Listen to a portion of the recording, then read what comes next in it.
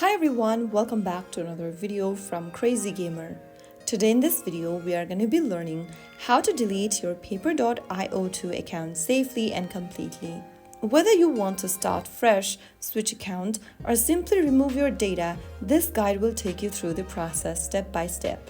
First, launch open Paper.io2 game on your device and make sure that you're inside the home page. Once you're inside, tap the gear icon at the top right corner and this will open up settings. You will see a little delete account button in red. Click on delete account and follow through the instructions. If you hit delete account, your account and all of your data will be permanently deleted and you will not be able to restore it.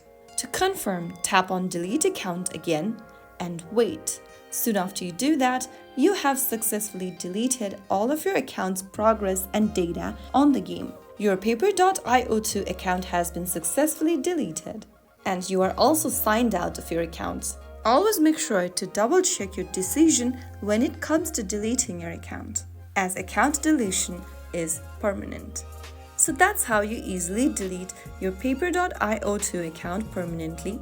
If you found the video helpful, don't forget to like, share and subscribe to the channel. I will be back again in the next video. Thank you for watching.